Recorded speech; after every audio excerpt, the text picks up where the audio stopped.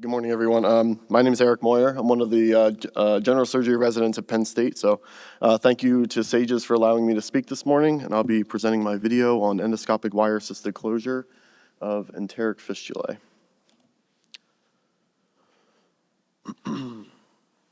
So it's a list of team's disclosures. I personally don't have any.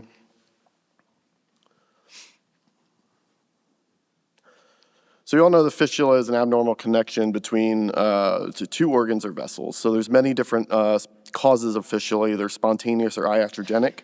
However, no matter the cause, there's fistulas can lead to a high incidence of morbidity, cause severe disruptions in quality of life.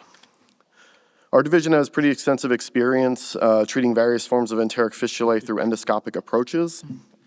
And a few different endoscopic closure devices are available at our disposal, including through-the-scope clips, over-the-scope clips, which I'll be talking about today, endoscopic suturing devices, and endoscopic tacking devices. Frequently challenging in these patients is reaching the fistulae endoscopically due to difficulties navigating the small bowel. Additionally, maneuvering the scope to approach the internal opening of the fistula at a 90-degree angle will provide the best chance of incorporating the entirety of the fistula into the opening of the endoscopic cap prior to clip placement. We also have other tools available, tissue anchors, twin graspers that can deliver the tissue into the cap prior to clip firing. We also can use wires as well to aid in manipulation of the fistula. So our group recently published a manuscript in the Journal of Society of Laparoendoscopic Surgery in January of 2023 detailing the results of an ex vivo study using porcine foregut and various types of over-the-scope clips fired over a wire at numerous angles. 216 over-the-scope clips were fired over a wire. 96.8% of these guide wires were able to be removed easily with no difficulty. The remaining 3.2% of cases are still able to be removed clinically safe and in a realistic manner despite a little bit of resistance. So I'll be going over two cases today. The first case is a 62-year-old female with a complex history of bariatric surgery with multiple revisions. She unfortunately developed a jejuno-cutaneous fistula just distal to her gastrojejunectomy. Previous attempts at de-epithelialization were attempted and failed. So this is a CT scan showing that there's a wire through the fistula site into her jejunum. She was taken to the operating room for endoscopic closure of her fistula. An upper endoscopy was performed, and after initial evaluation, there was an area within the blind pouch of the rulum that appeared to coincide with the location of the fistula, previously identified on imaging. However, the location of the opening was obscured by the folds within the intestinal mucosa. So we were able to pass a wire through the external opening of the fistula, visualize it in the bowel lumen.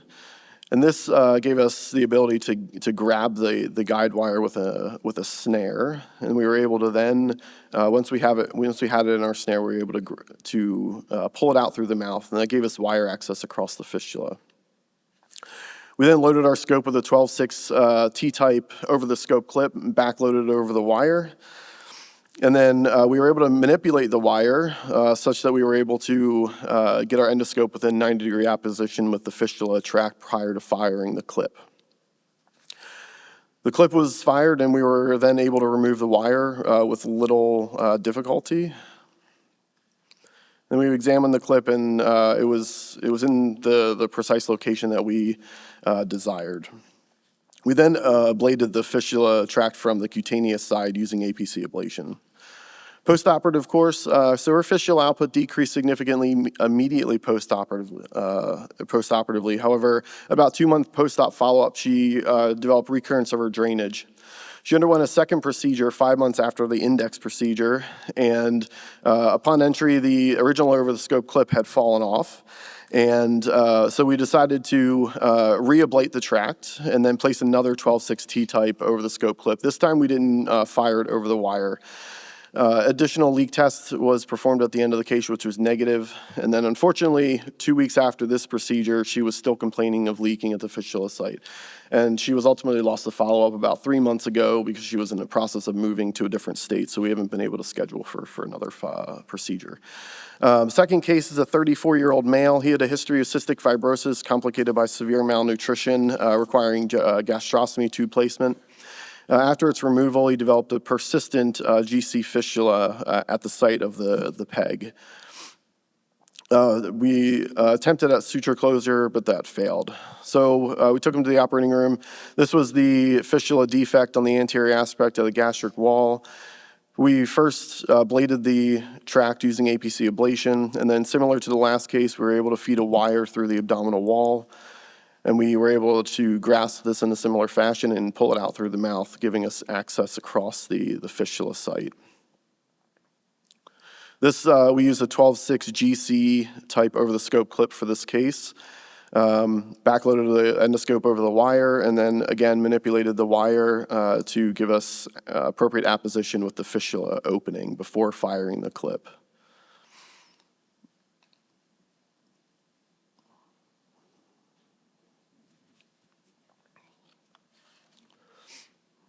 So additionally, a leak test was done after this procedure as well, and the wire was also able to be removed without any problems. So this is a success story. This patient had no recurrence of symptoms at his 4-month follow-up, or at his 1-month follow-up, I'm sorry. He did, because he has cystic fibrosis, he has a bunch of images. You can see this is a image at 4 months afterwards that showed the clip still in place. So, you know, these two cases to demonstrate how we use a guide wire to obtain precise apposition with our endoscope. Since our, you know, doing these, we were able to easily remove the wire after clip placement. Since our publication, we had 12 additional wire-assisted closures that were performed in fistula in difficult locations. We also show that manipulation of the wire can influence the trajectory of the endoscope to obtain appropriate apposition prior to firing the over-the-scope clip. And we encourage other surgeons to consider using the wire to do kind of the same manipulations that we perform to successfully place over-the-scope clips in difficult locations. Here's some references, and I'll take any questions. Thank you.